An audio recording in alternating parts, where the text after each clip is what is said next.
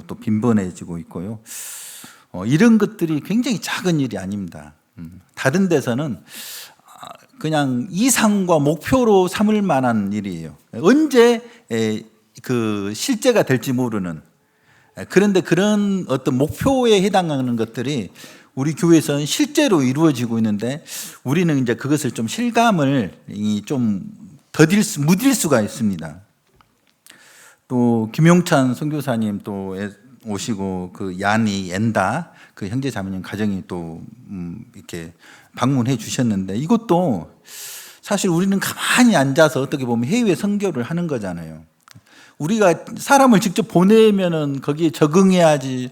또 애들이 또 소명 의식이 없으면 애들은 애들대로 그 탈선의 그런 위험을 또 고민해야지. 어마어마한 그런 에너지가 소모되는데 그냥 직접 와서 배우시겠다고 하니까 우리는 가만히 앉아서 흡수해서 함께 이렇게 주님을 배워가는 이런 참 일들 굉장히 주님께서 정말 하나님 스케일대로 효과적으로 이렇게 이끌고 가시구나 그런 생각이 들었습니다. 또 이제 설밭 우리가 이제 사려고 하고 있잖아요. 아직은 이제 보류된 상태지만 뭐 중단된 건 아닙니다. 팔려는 사람이 안 팔겠다는 것도 아니고 우리가 마음이 바뀌어서 못 사겠다는 것도 아니잖아요. 가격이 좀 갭이 있어서 기다리고 있는데 이제 결국은 이제 아쉬운 쪽이 좀 더 손해를 보고 사든지 팔든지 하게 되어 있습니다. 그래서 참 기도하실 때 그쪽에서 훨씬 더 아쉬울 수 있도록 이렇게 기도를 해주시면 좀 우리가 좀 부담이 든 상태에서 이렇게 구입할 수 있을 것 같습니다. 아무튼 하나님께서 참 이렇게 보시면은 교회를 통해서 굉장히 우리는 좀 무디일지 모르지만 큰 일을 우리 교회를 통해서 하고 계신다. 그리고 교파 또 해외까지 그런 영향력을 확대하고 계신다. 자, 우리가 누리고 있는 것들이 굉장히 크다. 이것은 확실한 사실인 것 같습니다. 그래서 우리에게 주어진 사명이 너무 커버리면 하나님께서 자고하지 않게 하시려고 또 어려움도 이렇게 허락하십니다. 그것은 먼저는 교회를 지키기 위함이고 나아가서 하나님의 사역에 장애물이 없도록 이렇게 하나님의 매우 세심한 배려입니다. 두 번째는 사도 바울에게 했던 것처럼 자고해서 교만해지지 않도록 그렇게 또 하나님의 사랑이 들어 있습니다. 그리고 또 구약에 보면은 말로는 막 사랑한다 어쩌고 하는데 진짜 사랑해? 한번 확인하고 싶어진 거예요. 하나님 몰라서 그런 것이 아니고 아브라함의 예를 통해서도 실제적으로 드려졌을 때 하나님께서 그 기쁨을 취하시는 것을 보게 됩니다. 그래서 여러 가지 어려운 가정 또 리더들에게 어려움이 혹시라도 있을지라도 정말 함께 이렇게 기도하고 또 하나님의 때를 함께 기다리는 그런 믿음이 또한 동일하게 우리 모두에게 필요한 그런 시점인 것 같습니다. 열왕기상 19장을 한번 보도록 하겠습니다. 수요 성경 공부 때 우리가 교제했던 내용인데요. 사실 오늘 아침에 유초등부 교제 때도 이 본문을 가지고 교제를 했습니다. 든 것이 없다 보니까 저는 겹쳐서 할 수밖에 없습니다. 유영님처럼 많이 알고 계시면은 다양한 주제로 이렇게 교제를 하실 텐데 그렇지만 참 저 개인적으로는 이 19장이 참 많은 그 유익이 되고 또 함께 또 상고해 보면 또 서로에게 참 유익이 되는 그런 좋은 내용들이 있다라는 생각이 듭니다. 19장 9절에서 18절까지 같이 봉독하도록 하겠습니다. 먼저 제가 읽도록 하겠습니다. 엘리야가 그곳 굴에 들어가 거기서 머물더니 여호와의 말씀이 그에게 임하여 이르시되 엘리야야 네가 어찌하여 여기 있느냐.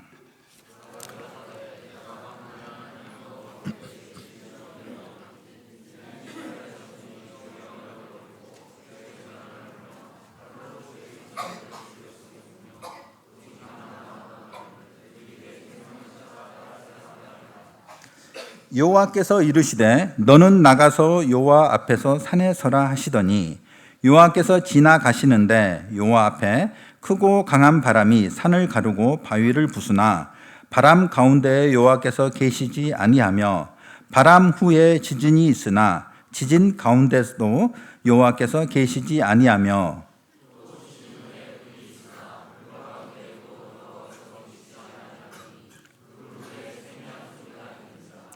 엘리야가 듣고 겉옷으로 얼굴을 가리고 나가 굴 어귀에 섬에 소리가 그에게 임하여 이르시되 엘리야야 네가 어찌하여 여기 있느냐.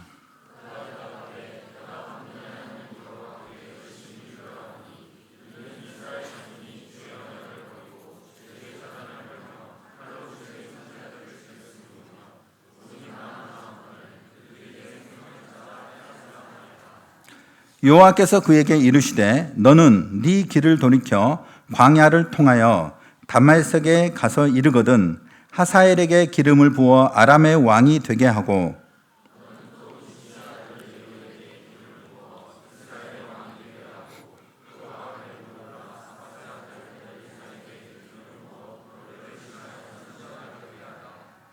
하사엘의 칼을 피하는 자는 예후가 죽일 것이요 예후의 칼을 피하는 자는 엘리사가 죽이리라.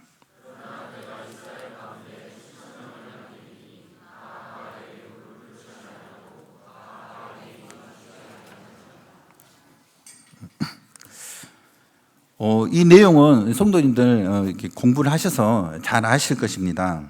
네가 어찌하여 여기 있느냐 이 말씀은 갈멜산에서 엘리야가 크게 그 바알 선지자들을 상대로 대승을 했습니다.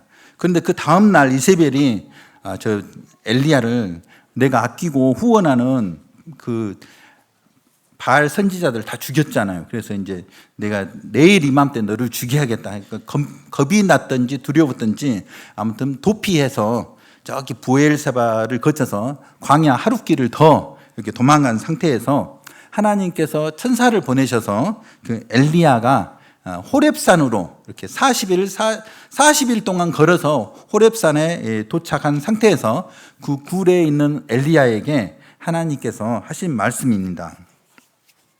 한 350km 된다고 합니다. 그 부엘사바 그쪽에서. 근데 보통 그 어른의 걸음으로 한 2주 정도면 걸을 수 있다, 도착할 수 있는 거리라고 하는데 엘리야는 거의 40일 동안 걸어서 이 호렙산에 하나님께서 말씀하신 호렙산에 도착해서 하나님과 대화하는 그런 첫 번째 장면이 바로 이것입니다. 엘리야야, 네가 어찌하여 여기 있느냐. 이렇게 하나님께서 물으셨는데 엘리야는 이렇게 대답해야 맞습니다. 자기는 거기 있었는데 하나님께서 이끌고 오셨잖아요. 그래서 문자적으로 하나님께서 여기로 인도하셨습니다. 이렇게 하든지 혹은 이세벨이 나를 죽일 것 같다는 제 스스로 판단해서 살기 위해 도망쳤는데 하나님께서 천사를 보내셔서 여기로 인도하셨습니다. 라고 대답해야 그 질문의 취지에 맞습니다. 그렇잖아요. 그런데 하나님께서 왜 여기 있냐라고 물어봤는데 엘리야는 자기가 도망친 이유를 구구절절히 이렇게 설명하고 있습니다. 자기를 변호하고 있었습니다. 내가 왜 그렇게 조금 그 하나님 보시기에 아쉬운 그런 짓을 했는지 이렇게 설명하고 있어요. 첫 번째로 그가 대답하되 내가 만군의 하나님 여호와께 열심히 유별하오니 내 열심이 특심이다. 옛날 성경에는 그렇게 나와 있어요.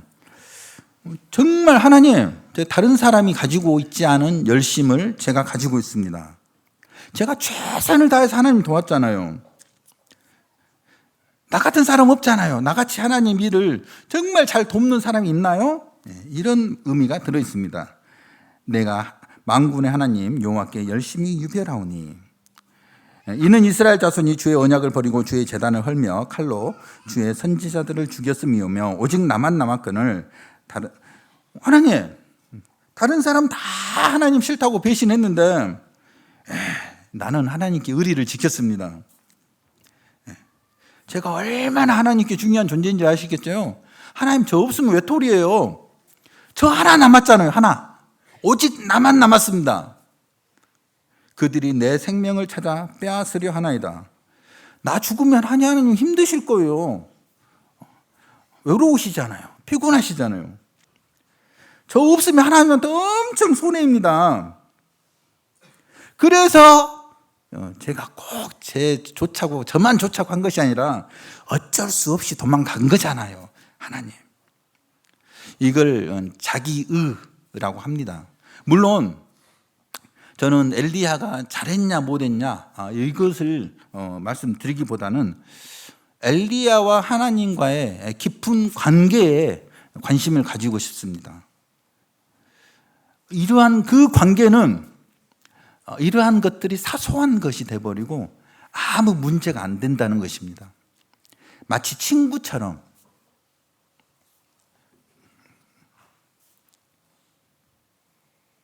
매우 하나님과 친밀한 깊은 관계에 있는 그는 엘리야의 모습을 보게 됩니다. 그렇지 않으면 하나님 앞에 섰는데 저 같으면 무서워서 벌벌 떨 것 같아요. 보통 사람들은 그러지 않겠습니까? 하나님이 말씀하시는데 말대꾸 있을 수도 없는 일입니다. 그냥 멘탈이 나가버릴 것 같아요. 모세도 하나님께서는 친구로 여기셨습니다. 출애굽기에 보면은 33장에 보시면 사람이 자기의 친구와 이야기함 같이 여호와께서는 모세와 대면하여 말씀하시며, 진정한 친구는 참 어떤 얘기도 할 수가 있고 또 어떤 말을 해도 내가 상처를 받지 않습니다. 친구가 아닌 경우에는 그 말의 어떠함에 따라서 그 즉시로 왼수지간이 되어버립니다. 이스라엘 백성이 열렬하게 하나님을 향해서 환호할 때가 있었지만 지금은 다 제단도 헐어버리고 칼로 주의 선지자들까지 죽이고 완전히 대적하는 그런 상황으로 하루아침에 바뀌어버렸잖아요. 엘리야는 하나님의 친구처럼 뭔가 이유가 있을 거야. 끝까지 하나님 곁에 그런 남아있는 그런 모습을 보게 됩니다. 뭔가 하나님은 사람을 품을 수 있지만 사람은 하나님을 품을 수가 없습니다. 너무 크신 분이기 때문에. 그래서 하나님의 처사가 다 이해될 수도 없고 내 마음에 다 들 수도 없습니다. 이해가 안 되고 마음에 안 드는 걸 어떡하겠어요. 하지만 친구는 기다리는 겁니다. 대적자, 하나님을 미워하고 하나님이 어디 있어 떠나버리는 그런 원수의 위치로 가는 것이 아니라 마음에 안 드는 건 마음에 안 드는 거고 친구잖아요. 부부가 부부싸움을 했지만 그날 저녁에 같이 식사를 하는 것처럼 자식이 성난 삥아리처럼 아빠에게 대들지언정 나중에 서로 화해하고 같이 밥을 먹는 것처럼 엘리야와 하나님에게서 그런 친밀한 친구의 모습을 발견하게 됩니다. 너무 친밀하다 보면은 상대가 누군지 잊어버릴 수가 있어요. 예를 들어서 대통령을 아빠로 준 아들이 너무 친밀하다 보면은 대통령인지 뭔지도 모르고 얼마든지 함부로 할 수가 있습니다. 신약에 보면은 베드로와 야고보와 요한이 높은 변화산에 올라갔습니다. 그런데 모세와 엘리야가 예수와 더불어 말하는 것이 그들에게 보이거늘, 이 부분도 뭐 신하와 왕처럼 모세와 엘리야가 막 굽신거리고 있는 게 아니에요. 그냥 세 분이서 그냥 얘기하고 있는 거예요. 그래서 사람들은 또 오해할 수가 있어요. 예수님이 크신 분이라고 생각하는 것보다도 모세와 엘리야가 대단하네 이렇게 생각할 수 있잖아요. 그때 이제 호련히 그들을 덮으며 구름 속에서 소리가 나서 이르시되 이는 내 사랑하는 아들이요 내 기뻐하는 자니 너희는 그의 말을 들으라. 야, 너희들이 친밀하게 지내는 건 좋은데 함부로 하지 마. 너희 하나님이야. 너희 주인이고 임금이야. 친하게 지내는 건 좋은데 너희들이 마음대로 할 수 있는 대상이 아니야. 이렇게 하나님께서 얘기하고 있습니다. 욥에게서도 그런 모습을 발견합니다. 정말 친밀해요. 그런데 이제 너무 친밀하다 보니까 하나님에 대해서 잘 몰라요. 그래서 하나님께서 깨우쳐 주십니다. 그때 여호와께서 폭풍 가운데서 욥에게 말씀하여 이르시되, 야, 이제 깨우쳐야 되니까 너무 함부로 하니까, 내가 땅에 기초를 놓을 때 네가 어디 있었느냐? 땅의 너비를 네가 측량할 수 있느냐? 하늘의 궤도를 아느냐? 그 법칙을 땅에 베풀게 하겠느냐? 가슴 속의 지혜는 누가 준 것이냐? 내가 대화하는 이 하나님이 이런 분이구나. 바로 깨우치는 것을 보게 됩니다.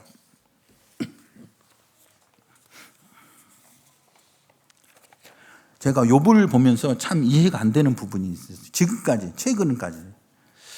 신약에서는 욥의 인내라고 얘기를 하거든요. 욥의 인내를 왜 배우라는 거지? 욥이 하는 대화를 보면요, 장난 아니에요. 막 그냥 보통 사람이 할 수도 없는 말들을 막 하나님께 얘기해요. 친구들이, 야, 네가 죄를 지어서 이렇게 사단이 난 거 아니니? 한번 살펴봐. 네가 뭔가 잘못한 것이 있는지 없는지. 그러니까 욥이 하나님께 얘기합니다. 하나님, 내가 뭔 잘못을 저질렀어요? 막 이유를 알고 싶은 거예요. 그리고 막 하나님과 변론하고 싶습니다. 내가 부르짖어도 응답도 안 하시고 나를 꼭 왼수처럼 대하시네, 하나님이. 너무 고통이 크니까는 그냥 안 태어났으면 좋았을 거라. 에이, 그냥 확 죽어버리고 싶네. 이렇게까지도 얘기를 해요. 이거 참 입에 담을 수 없는 얘기들이잖아요. 그가 나를, 욥기서 13장에 보면 그가 나를 죽이시리니 내가 희망이 없노라. 그러나 그의 앞에서 내 행위를 아뢰리라. 하나님께 물어보고 싶은 거예요. 도대체 어떻게 해서 이런 일이 생겼습니까? 궁금한 거예요. 그런데 이 욥의 모습을 보면 하나님을 대적하고 하나님을 어떤 반역하고 이런 게 없어요. 그냥 알고 싶은 거예요. 궁금하고 싶은 거예요. 깊은 친밀함 가운데 있지 않으면 이런 질문을 할 수가 없어요. 미워하는 것이 하나도 없어요. 그냥 궁금해서 알고 싶은 거예요. 성경에서는 이것을 욥의 인내라고 얘기를 하고 있습니다. 저처럼 가식적으로 얘기하지 않아요. 안 좋으면서 하나님, 안 좋으면 안 좋다고 하면 되잖아요. 근데 때가 있으면 굉장히 자기를 포장하고 꾸미는, 하나님 앞에 솔직하지 못한, 다 아시잖아요.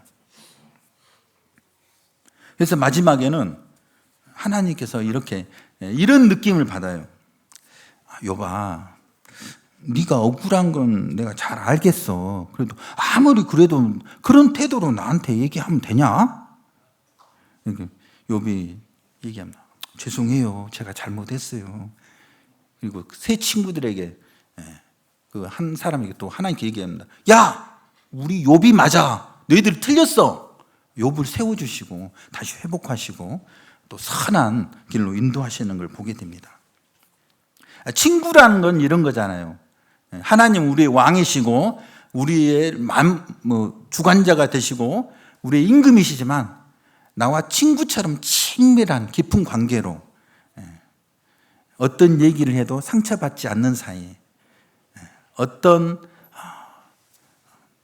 이렇게 이끌고 가든지 믿고 따라가는 그 관계가 훼손되지 않는 그런 사이를 하나님은 이 하나님과 엘기야의 모습을 통해서, 모세와의 관계를 통해서, 욥의 관계를 통해서 참 보게 됩니다.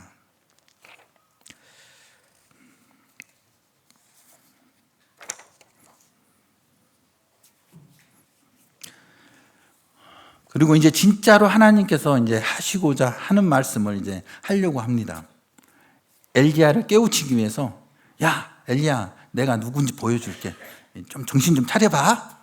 그리고 동굴 안에 있는 엘리야에게 앞에 세워놓고 바람으로 그냥 산을 쪼개버려요. 힘자랑하려고 그런 것이 아니고 엘리야가 하도 그냥 좀 너무 무뎌져 있으니까 하나님이 어떤 분인지, 크신 분을 알아야 되잖아요. 말로 할 수 있지만 마음에 안 들 수가 있잖아요. 바람으로 그냥 산을 쪼개버려요. 바위가 막 부서져 버리고 지축이 흔들리고 막 불덩이가 그냥 앞에서 막 활활 타오르고.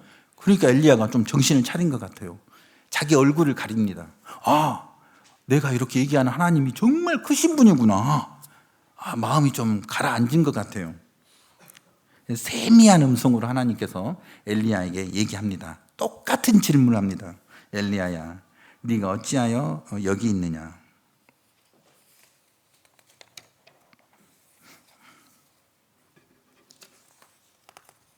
똑같은 질문을 하는데 안타깝게도 왜 같은 질문을 계속 반복하시지? 뭔가 내 대답에 문제가 있나? 내 생각에 뭔가 문제가 있나? 그래도 베드로는 좀 나은 것 같아요.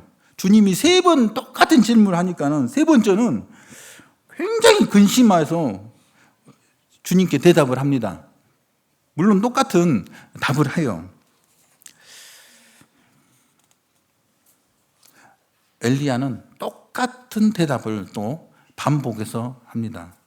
하나님께서 엘리야의 대답을 들으시고 이것이 이렇다 저렇다 말씀하시지 않고 바로 이제 직접적으로 명령하십니다.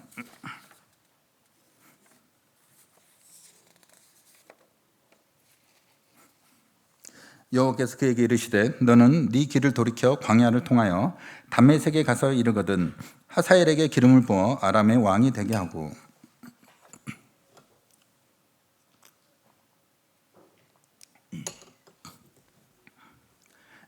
기름을 부으라는 겁니다.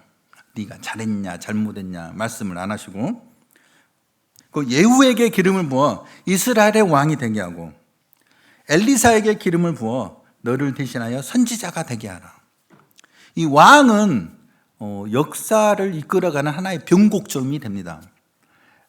굉장히 폭군을 일으켜서 정말 형편없는 백성들을 징계하시기도 하시고 또 돌이키고 회개하는 사람들에게 선한 왕을 일으키셔서 회복시키고 축복하시기도 합니다. 그래서 왕에게 기름을 붓는다는 것은 하나님께서 역사를 이끌고 가시는 하나님의 그 사역에 동참시키는 것을 의미합니다. 왕에게 기름을 부으면서 엘리야에게 필요한 것은 무엇일까요? 하나님께 크게 쓰임을 받는데 엘리야에게 필요한 게 무엇이었을까요? 남들에게 없는 그런 유별한 열정, 통찰력, 의리, 자기 목숨을 내놓은 의리, 이게 필요한 것이 아니고 순종이 필요했습니다. 뭐라고요? 순종. 기름을 붓는 것은 누구나 할 수 있는 일입니다. 고도의 테크닉이나 심오한 신학이 필요한 게 아닙니다. 하나님 말씀에 순종하는 마음이면 그 역사를 이끌어 가신 하나님의 그 사역에 동참할 수 있다는 것입니다. 아람은 지금으로 말하면 시리아 왕입니다. 시리아. 이방 민족의 역사도 하나님께서 주관하시고 예후는 이스라엘 왕입니다. 유대인의 역사도 하나님께서 주관하시고 엘리사는 선지자입니다. 하나님의 나라, 참 유대인, 참 이스라엘을 주관하고 이끌어 가시는 분도 하나님이십니다. 모든 역사가 하나님의 주권을 벗어날 수 없다라는 것입니다. 느부갓네살의 금신상을 통해서도 하나님께서 이방인의 역사를 어떻게 이끌고 가시는지 보여주고 있습니다.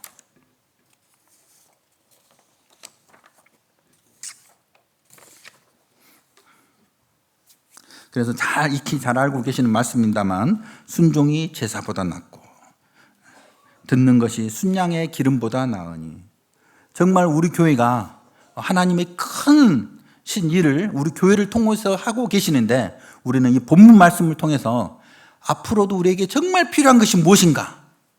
하나님 음성에 주님의 말씀에 순종하는 것입니다. 그래서 엘리야를 하나님께서 연단하고 빚어가시는 그런 모습을 볼 수가 있습니다. 예수님은 하나님 아버지께 순종하심으로 인류를 구원하셨습니다. 성령님은 아버지 하나님과 예수님께 순종하심으로 예수님 보혈의 근거에서 예수님의 생명을 믿음으로 반응하는 사람에게 심으시고 그 생명을 보존하고 자라게 하십니다. 그래서 우리가 구원받고 그 구원이 유지되는 그런 이유입니다. 우리는 순종할 때 거대한 하나님의 역사에 동참하는 것을 알고 있습니다. 지금 우리에게 주신 성령님의 음성에 순종할 때 그럼 이게 성령님인지 아닌지 어떻게 알 수 있을까요? 자기 확신인지 하나님이 주신 음성인지 우리가 그걸 어떻게 아느냐 이겁니다. 그것은 물론 여러 가지 이야기가 있을 수 있겠지만 열매로 알 수 있습니다. 매우 중요한 척도가 기준이 됩니다. 그래서 성령의 열매를 보면은 쌓아나오면 안 되겠더라고요. 보편적으로 나보다 네가 더 잘 됐으면 좋겠어. 다른 사람이 더 잘 됐으면 좋겠어. 거기에 또 기쁨과 즐거움이 있어야 되잖아요. 화목과 평화가 있어야 되고 하나님을 믿는 가운데 오래 참음이 있어야 되고 측은지심이 있어야 되고 동정할 줄 알아야 되고 선을 추구하고 믿고 맡길 수 있는 충성스러움, 따뜻하고 부드러움, 내가 충만하다고 해서 그냥 마구잡이로 하는 것이 아니라 절제, 이러한 열매들을 통해서 우리에게 주신 그 음성이 성령님의 음성인지 우리는 확인해 볼 수 있는 중요한 척도가 될 수 있다는 것입니다. 기도하고 마치겠습니다. 아버지 하나님 감사합니다. 엘리야를 통해서 참으로 저희가 겸손하게 하나님 앞에 하나님 음성에 순종해서 하나님을 믿고 따르는 저와 우리 교회가 될 수 있도록 하나님 함께 하시기를 원합니다. 예수님 이름으로 기도했습니다. 아멘.